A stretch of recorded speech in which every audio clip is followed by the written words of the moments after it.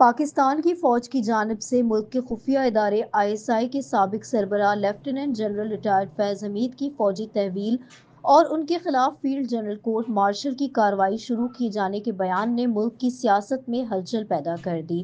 پیر کو ISPR کی جانب سے جاری بیان میں سپریم کورٹ آف پاکستان کے احکامات کی تعمیل کرتے ہوئے فیض حمید کے خلاف ایک تفصیلی کورٹ آف انکوائری کے نتیجے میں پاکستان آرمی ایکٹ کی دفعات کے تحت فیض حمید کے خلاف کارروائی شروع کرنے اور فیض حمید کے ریٹائرمنٹ کے بعد پاکستان آرمی ایکٹ کی خلاف ورزی کی بات کی ہے۔ ISI کے سابق سربراہ کے خلاف کارروائی کے اعلان کے بعد سے سیاسی و سماجی حلقوں میں فوج میں احتسابی عمل، فوجی افسران کی سیاست میں کردار اور سیاسی جماعتوں کے ساتھ تعلقات پر بحث نے زور پکڑا۔ پاکستان کے سیاسی منظرنامے پر نظر رکھنے والے تجزیہ کاروں کا کہنا ہے کہ PTI کے دور حکومت میں عمران خان اکثر اس وقت کے DG ISI lieutenant general retired Faiz Hameed کے حوالے سے بات کرتے ہوئے نظر آتے تھے اور یہی وجہ ہے کہ آج بھی ان کے ساتھ PTI کا نام منسوب کیا جاتا ہے۔ عمران خان کے دور اقتدار کے آخری چند ماہ کے دوران DG ISI کی تبدیلی سے متعلق معاملے پر فوج اور ان کے حکومت کے تعلقات میں تلخیاں پیدا ہونے کی خبریں بھی سامنے آئی تھیں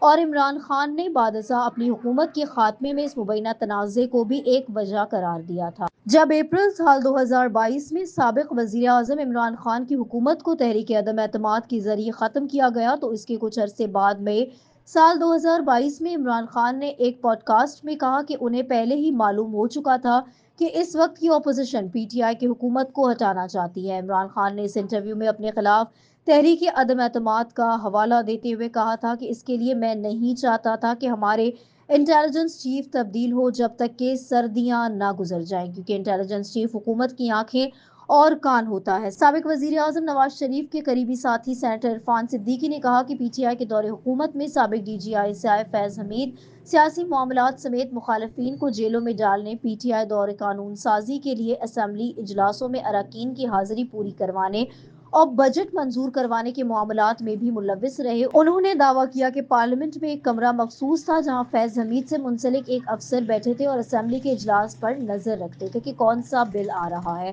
تجزیہ کاروں اور سیاست دانوں کے خیال میں ISPR کے بیان میں موجود ایک سطر پر خصوصی توجہ دینے کی ضرورت ہے۔ ان کا اشارہ اس سطر کی طرف ہے کہ ریٹائرمنٹ کے بعد پاکستان آرمی ایکٹ کی خلاف ورزی متعدد واقعات میں بھی سامنے آئی ہے۔ دفاعی تجزیہ کار بریگیڈیئر ریٹائرڈ حارث نواز کہتے ہیں کہ پاکستان آرمی ایکٹ 1952 میں صاف تحریر کیا گیا کہ فوج کا کوئی بھی افسر ریٹائرمنٹ کے 2 برس تک کسی سیاسی سرگرمی میں حصہ نہیں لے سکتا۔ ان کا کہنا ہے کہ میری اطلاع یہی ہے کہ فیض حمید سیاسی طور پر کافی متحرک تھے۔ نون لیگ کے سینیٹر عرفان صدیقی بھی ISPR بیان پر بات کرتے ہوئے کہتے ہیں کہ یہ وہ نکتہ ہے جس پر لوگ شکوک و شبہات کا اظہار کر رہے ہیں کہ ریٹائرمنٹ کے بعد کیا بڑے بڑے اقدامات ہوئے ہیں۔ پاکستان کے اندر جس میں ISI کا ایک سابق چیف جو کہ PTI کے بڑا قریب رہا وہ متحرک تھا۔ سینیٹر عرفان صدیقی نے 9 مئی کے واقعات کا ذکر کرتے ہوئے کہا کہ اشارے ایسے ملتے ہیں کہ شاید فیض حمید اس ساری مہم کو بھی کنٹرول کر رہے تھے۔